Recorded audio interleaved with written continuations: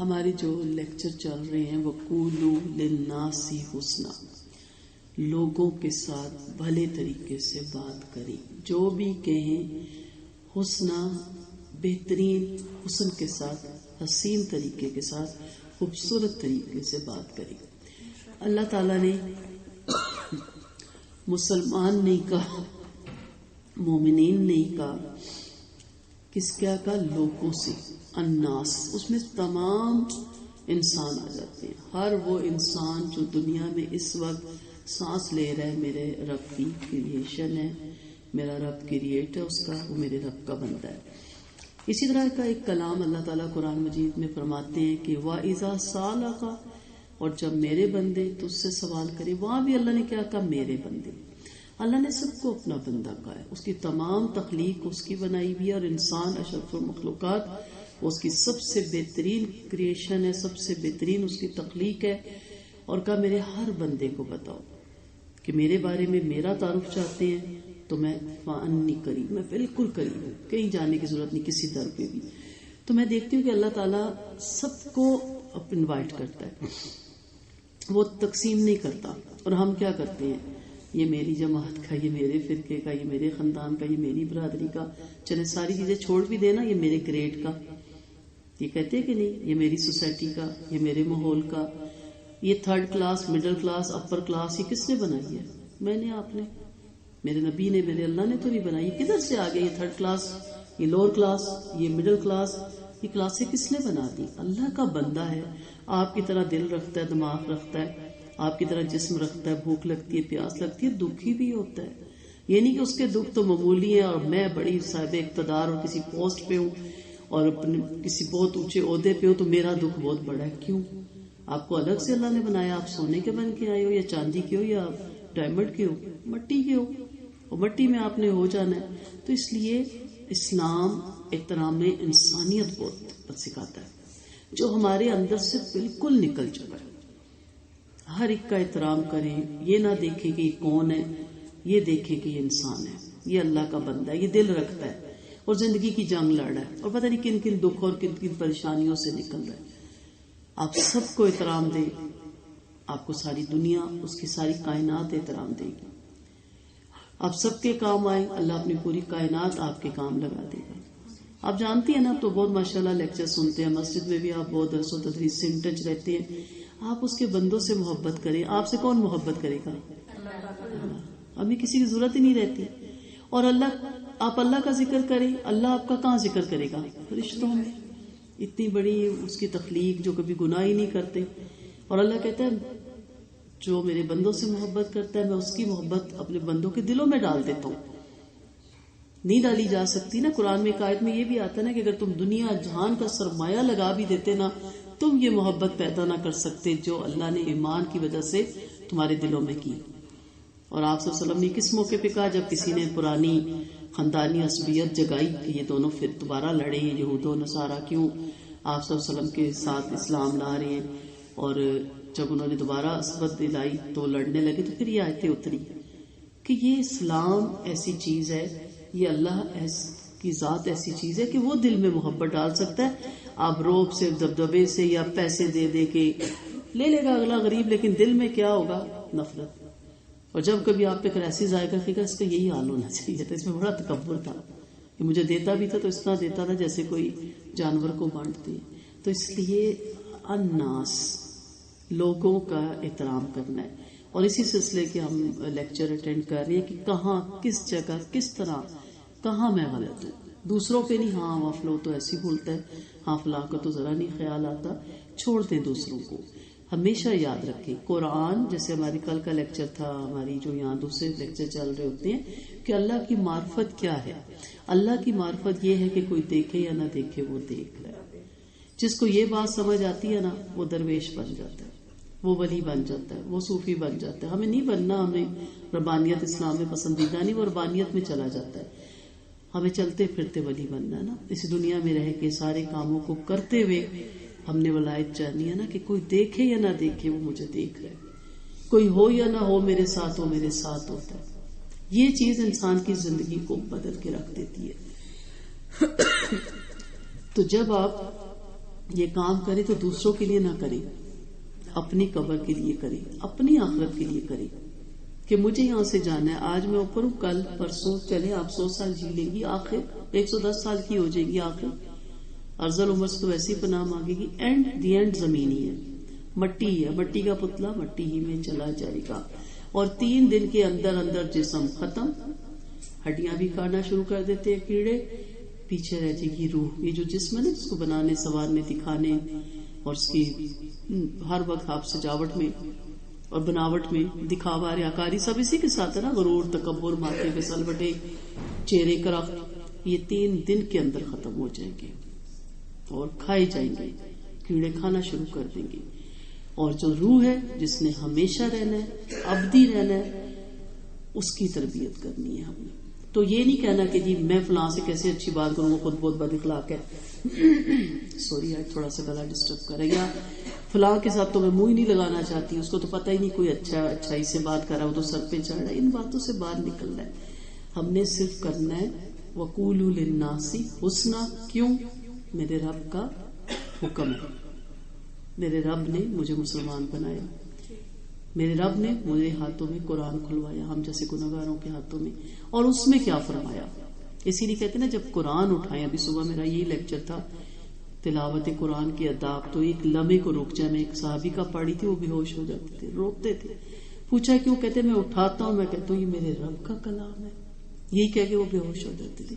ہم کیا ارشد کر رہے ہیں نعوذ باللہ قرآن کا، کتنا پڑھا جا رہا ہے مسجد میں، مدارس میں، گھروں میں، کبھی کاپی رو، کبھی سوچا، تو کھولتے ہیں تو سمجھ نہیں آتی اللہ کیا کہہ رہا ہے میرا رب، وَقُولُوا لِلنَّاسِ حُسْنًا، پڑھ کے آگے چلے جاتے ہیں۔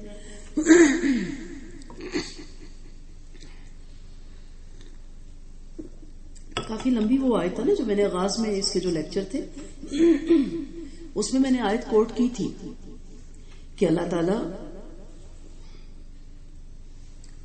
اس آیت میں اللہ تعالیٰ بہت سے کام بتاتے ہیں، ٹھیک ہے، اور پھر بتا کے کہتے ہیں نہیں کر سکتے صدقہ خیرات، بہت کچھ سی چیزیں ہیں، تو پھر لوگوں سے بھلی بات تو کر سکتے ہو، جیسے ایک حدیث کا مفہوم ہے یہ نہ کرو، میں یہ نہیں کر سکتا، اچھا یہ کر لو، کرتے کرتے کا کچھ نہیں کر سکتے، زبان تو کنٹرول کر سکتے ہو نا، تو وہی ہمارے کنٹرول میں نہیں، وہ ہمارے کیے کرائے پہ پانی پھیر دیتی ہے۔ ہمارا پچھلا لیکچر ختم ہوا تھا امام غزالی رحمت اللہ علیہ کے کلام پہ، انہوں نے فرمایا تھا کہ 4 قسمیں کلام کی۔ پہلی قسم کا کلام وہ ہے جس میں نقصان ہی نقصان ہے، لہذا سکوت ضروری ہے، خاموشی۔ دوسری قسم وہ جس میں نفع نقصان دونوں ہیں، اس کو بھی چھوڑنا ضروری ہے۔ تیسری وہ جس میں نہ نفع ہو نہ نقصان ہو، اس میں وقت کی بربادی ہو، اسے بھی چھوڑنا ضروری ہے۔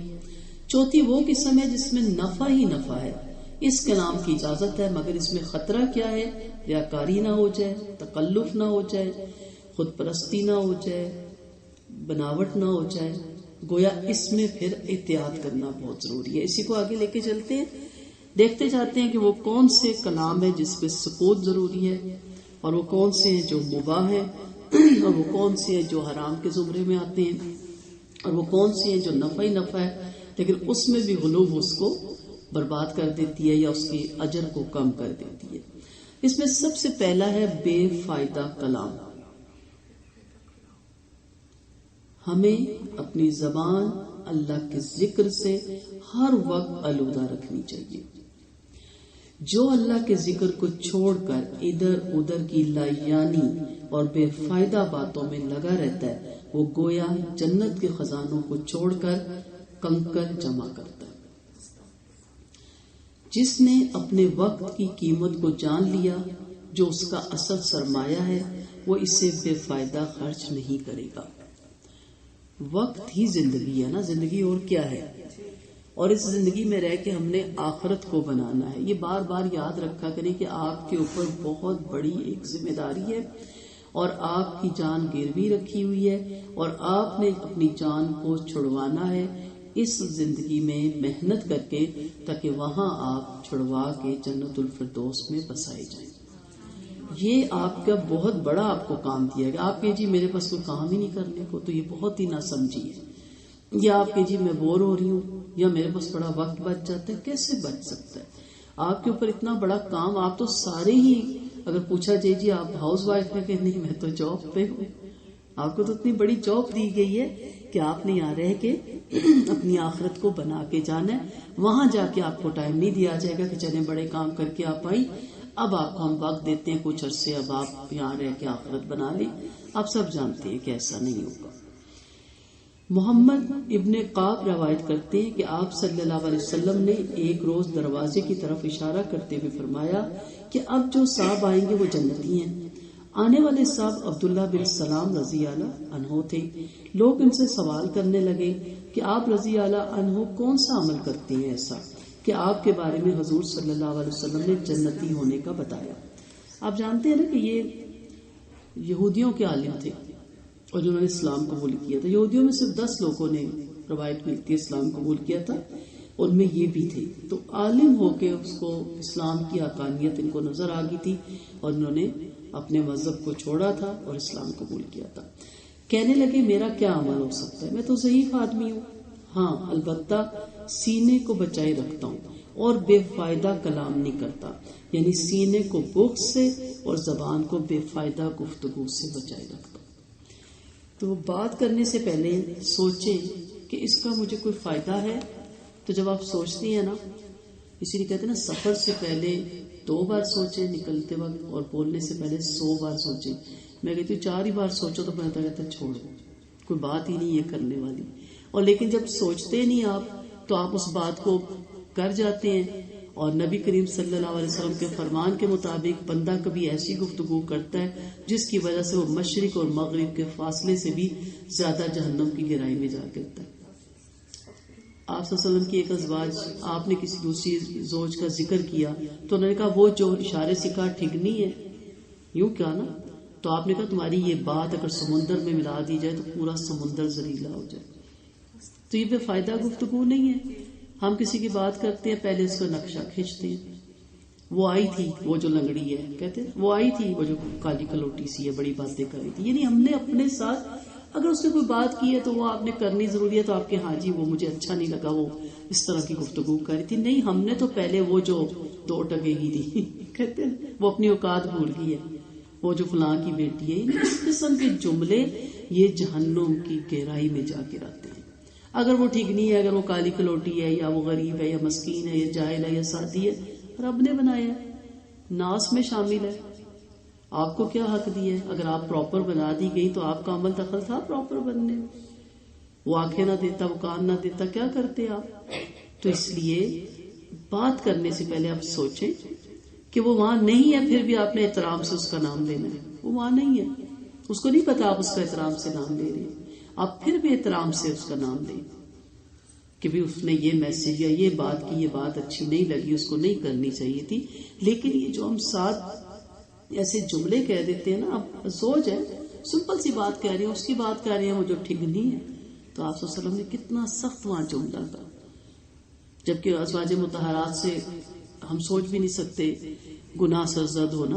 آپ صلی اللہ علیہ وسلم کی صحبت میں رہ کے بہت کچھ انہوں نے سیکھا, لیکن یہ سکھانا مقصود تھا نا کہ یہ جملہ یہ وہ بھی ناپسندیدہ ہے. کسی کو موٹا دیکھ کے اس کا نام موٹی ڈال دینا, پورا علاقہ اس کو موٹی کہہ رہا ہے. اور فلاں کی کون سی وہ جو موٹی ہے, میں مجھے کیا پتا موٹی ہے پتلی ہے, مجھے پتا ہے فلاں کا کام, اچھا اس کو تو ہم موٹی کہتے ہیں, پھر کہہ رہے ہیں اس کو موٹی. کالی کہتے ہیں, کلوٹی کہتے ہیں, ٹھگنی کہتے ہیں. ان چیزوں سے باہر نکلے. اصل میں بچپن سے ہم بچے کو کہنے لگ جاتے ہیں نا, وہ زبان پہ چڑھ جاتا ہے, وہ محلے والوں میں بھی مشہور ہو جاتا ہے, وہ خاندان میں کرتے کرتے وہ پھر ساری عمر وہ اس کے ساتھ چلتا ہے اور اسی نام سے پہچانا جاتا ہے. آپ سٹارٹ سے روکے نا, بچہ جیسا بھی ہے اللہ کی ایک خوبصورت تخلیق ہے, اس کو اس طرح کے ناموں سے نہ نوازے نا. جب آپ نوازتے ہیں تو اس کو پھر عادت پڑ جاتی ہے. حضرت لقمان حکیم ایک مرتبہ حضرت داؤد سے ملنے گئے, وہ اس وقت زیرہ بنا رہے تھے. حضرت لقمان نے اس سے پہلے زیرہ نہیں دیکھی تھی, لیکن کچھ نہیں پوچھا, خاموش رہے. حضرت داؤد نے جب زیرہ مکمل کر لی تو پہن کر کھڑے ہو گئے اور کہنے لگے زیرہ لڑائی کے لیے بہت عمدہ چیز ہے. لقمان حکیم نے دل میں کہا خاموشی میں بڑی حکمت ہے, مگر کم لوگ اس کو استعمال کرتے ہیں, یعنی بغیر سوال کیے انہیں اپنی بات کا جواب مل گیا.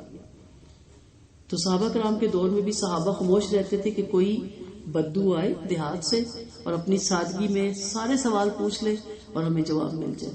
کیا وہ نہیں پوچھ سکتے تھے؟ لیکن قرآن میں کیا آیا؟ کیا تم بھی اسی طرح سوال کرو گے جیسے موسیٰ علیہ السلام کی قوم نے ان سے کیا اور انہیں اذیت دی؟ تو وہ نہیں کرتے تھے صحابہ. گنتی کے 10 یا 9 سوال ہیں جو انہوں نے کیے ہیں اور قرآن میں ان کا ذکر بھی آیا ہے، اور وہ خاموش رہتے تھے. اتنی لمبی صحبت پائی 23 سال کی اور 10 سوال. ہمیں وہ بندہ مل جائے صحیح کوئی، پھر آپ دیکھیں ہم اس کا پیچھا نہیں چھوڑتے. جلدی ہوتی ہے نا صرف جمع کرنے کی کہ ہر بات کا پتہ چل جائے، مل جائے تو میں یہ بھی پوچھوں گا، یہ بھی پوچھوں گا، یہ بھی. موش رہی، وقت آپ کو سب کچھ سکھا دے گا، سب کچھ بتا دے گا. صحیح حدیث میں کہ نبی کریم صلی اللہ علیہ وسلم نے فرمایا آدمی کا اچھا اسلام یہ ہے کہ بے فائدہ چیزوں کو چھوڑ دے. اسی لفظوں میں حدیث ہے نا، اسلام کا حسن بلایانی باتوں کو چھوڑ دینے میں. اور بارہا میں یہ کیوں کہتی ہوں کہ جب آپ بے فائدہ چیزیں چھوڑیں گے نا تو فائدے والی چیزیں نظر آئیں گی نا. وہ ساری آگے ڈیٹیل آ رہی ہے، غیبتیں چھوڑیں، ٹول لگانا چھوڑیں، تجسس چھوڑیں. اب کیا کرنا؟ اب تو فارغ ہو گئے، اب ٹائم بھی تو پاس کرنا ہے. پھر آپ دیکھیں گے پوزیٹیو. اور ایک اور طریقہ بھی، آپ ساتھ ساتھ پوزیٹیو کام کرنے شروع کر دینا. وہ عادت آہستہ آہستہ، اس کو آہستہ آہستہ جھاڑو کہتے ہیں نا، ایک کونے سے نکالا پھر دوسرے کونے سے، وہ آہستہ آہستہ وہ چیزیں آپ کی نکلنا شروع ہو جائیں گی. ایک دم سے نہیں ہوتا کہ میں کوئی اس کلاس سے اٹھ کے آپ گھر جائیں گی اور چھوڑ دیں گی. تھے وہ ابو بکر صدیق اور عمر اور عثمان جیسے لوگ جو 1 منٹ میں جمپ لگاتے تھے. ہم بہت کمزور ایمان کے ہیں، لیکن ہم عہد کر تو سکتے ہیں کہ اللہ تعالیٰ میں آج سے کوشش کروں گی. آپ دیکھیں بے فائدہ کلام کی مثال، جیسے شادی بیاہ سے واپس آ کر اکثر عورتیں کپڑے بدلنے میں، جویلری اتارنے میں، رکھنے میں پورا تبصرہ، بلکہ گاڑی سے ہی شروع ہو جاتا ہے. کرتے ہیں کہ نہیں؟ یہ تو ہماری بڑی بہترین ہابی ہے. یعنی جب تک ہم اس کو پورا نقشہ پورا دوبارہ نہ کھینچے لگتا ہے شادی نہیں اٹینڈ کی. فلاں کیسی لگ رہی تھی، فلاں کو سجتا ہے نہیں، فلاں کیا پہن کے آ جاتی ہے، اس کو بڑا شوق ہے فلاں چیز پہننے کا. وہ پہن آئی ہے، اس کو پہننے دے، آپ سے پوچھ کے تھوڑی اس نے پہننی ہے. اس کے کپڑے کیسے تھے، کھانا اچھا نہیں تھا، کھانا ایسے بنایا تھا، وغیرہ وغیرہ. اسی طرح سفر سے واپسی پر تبصرے کہ میں بہت تھک گئی، گرمی بہت تھی، بہت رش تھا، مجھے بڑی تکلیف ہوئی، مجھے کھانا نہیں ملا. ایسی گفتگو کا کچھ فائدہ نہیں ہوتا، بلکہ جتنا زیادہ ذکر کریں گے اتنا ہی تھکن کا احساس زیادہ ہوگا اور وقت لگ جائے گا. لہٰذا ایسی بے فائدہ گفتگو سے پرہیز کریں. اور یہ فائدے والی گفتگو ہے ڈرامے میں ڈسکس کرنا. کالج میں جا کے، یونیورسٹی میں جا کے لڑکیاں آپس میں ڈسکس کرتی ہیں، بچے ڈسکس کرتے ہیں. تو ایک دیکھ لیا، ایک وہ بے فضول سا کام کیا، نہ بباب میں آتا ہے نہ ثواب میں آتا ہے، گناہ میں ہی آ رہا ہوتا ہے. اور اس کے دیکھنے کے بعد پھر اسے صبح اٹھ کے ڈسکس بھی کیا، فرینڈس کو فون کی، دیکھی کہ دیکھا اس میں کیا ہوا، یہ نہیں ہونا چاہیے تھا. آپ رائٹر بن جائیں، آپ چلی جائیں. میں کبھی بیٹی کو ساتھ بٹھاتی ہوں، جو یہ آج کل دینی ایک ڈرامہ دکھا رہی ہوں تاریخ کا. ماما آگے کیا ہوگا؟ میں کہا بیٹا میں نے نہیں لکھا. ایک ہی جملہ کہتی ہے، ماما آپ ایسا جواب دیتی ہیں. میں کہا مجھے کیا پتا تاریخ کیا گزری ہے، میں نے یہ والی تاریخ نہیں پڑھی ترکیوں کی، تو دیکھو نا. پھر تھوڑا سا گزرتا، ماما اب یہ کیا کرے گا؟ میں کہا مجھے کیا پتا بیٹا، میں نے نہیں لکھا.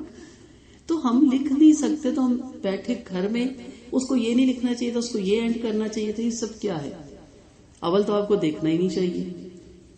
آہستہ آہستہ اللہ کرے آپ کی عادت چھوٹ جائے. لیکن اگر آپ دیکھ رہے ہیں تو بس دیکھ رہے ہیں، ٹائم پاس ہوا، ضائع کر دیا ٹائم جس پہ انسان حسرت کرے گا، ختم کرے. سیاست میں کتنی بات کرتے ہیں لوگ، کتنا ٹائم ویسٹ کرتے ہیں. آپ چلے جائیں ان سیٹوں پہ، آپ الیکٹ ہو جائیں. جو جس جگہ بیٹھا نا اسی سے پوچھیں وہ کیسے بیٹھا ہوا ہے. کوئی تخت بھی نا پھولوں کی سیج نہیں ہے. وقتی طور پہ لگتا ہے، پھر آخر پہ کانٹوں ہی کی سیج بنتی ہے. یا جلا وطن ہوتا ہے، یا بندہ پھانسی چڑھتا ہے، یا گولی کا نشانہ بنتا ہے، خوف زدہ ہو کے زندگی گزارتا ہے. پھر آپ سے کوئی پوچھ ہی نہیں رہا، آپ سے کوئی رائے نہیں لے رہا، اور آپ بیٹھے ہوئے سیاست پہ گفتگو کر رہے ہیں. تو یہ ساری جو باتیں ہوتی ہیں نا، یہ ساری بے فائدہ کلام ہے. یہ رب کا نظام ہے، چلتا رہے گا، آنے والے آتے رہیں گے، جنگیں بھی ہوتی رہی، سب کچھ ہوتا رہا. آپ کا صرف پوزیٹیو جو ہے نا کردار، وہ اللہ کو مطلوب ہے. باقی جو جتنی باتیں ہیں نا، یہ ساری بیکار اور فضول ہیں جو وقت کا ضیاع کرتی ہیں.